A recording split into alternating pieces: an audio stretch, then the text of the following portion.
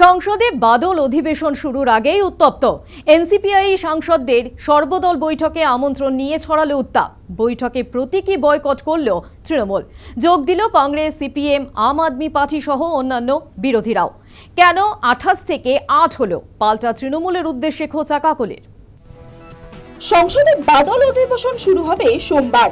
শুরুর আগেই উত্তাপ ছড়াচ্ছে অধিবেশন ঘিরে। সর্বদল বৈঠকে স্বীকৃতিহীন এনসিপিআইকে কিভাবে আমন্ত্রণ, প্রশ্নে উত্তপ্ত হয়ে ওঠে।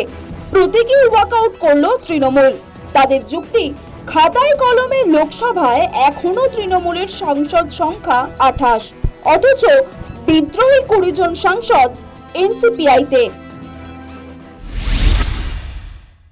The so-called NCPI, which is an unrecognized party, the strength of the All India Trinamool Congress in the list provided by the table office is shown to be 28 members.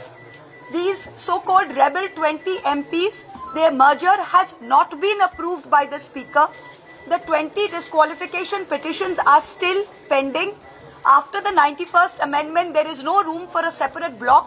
So on what grounds did the Parliamentary Affairs Minister extend an invitation to these 20 rebel MPs, and how are they attending this meeting? We have registered our strong protest and walked out as a symbol of our protest. We have raised it and we walked out on why these people were at all called.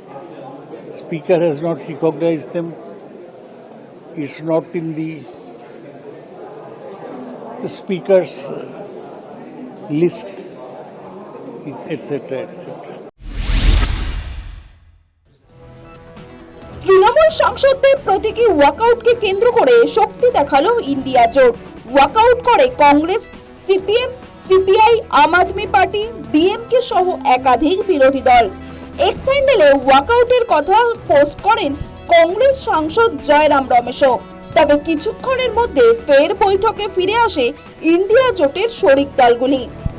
স্বীকৃতি না মেলার পরও এনসিপিআইকে আমন্ত্রণ ইস্যুতে যখন উত্তাল সর্বদল বৈঠক, সেই সময় প্রয়োজনীয় নথি স্পিকারের কাছে জমা দেন কাকলি ঘোষ দস্তিদার।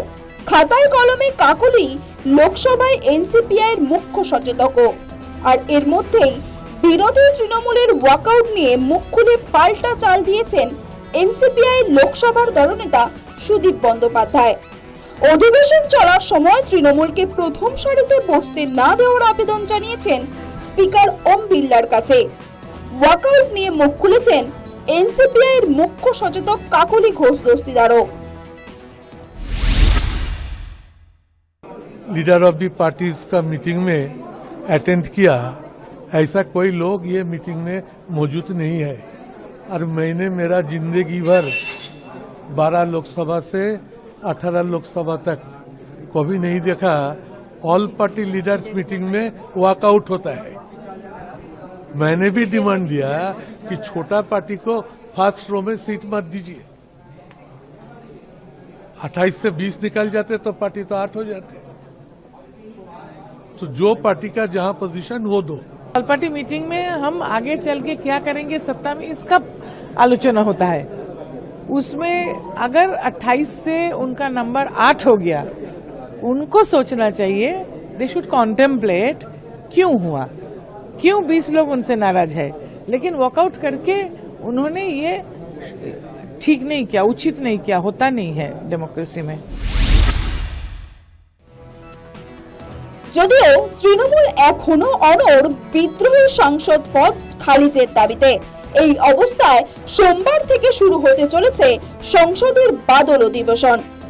আসন্ন অধিবেশনে নিটের প্রশ্নফাঁস, কেন্দ্রীয় শিক্ষামন্ত্রী ধর্মেন্দ্র প্রধানের ইস্তফার মতো ইস্যুতে বিরোধীরা যে সুর চড়াতে চলেছে সে ইঙ্গিত মিলেছে।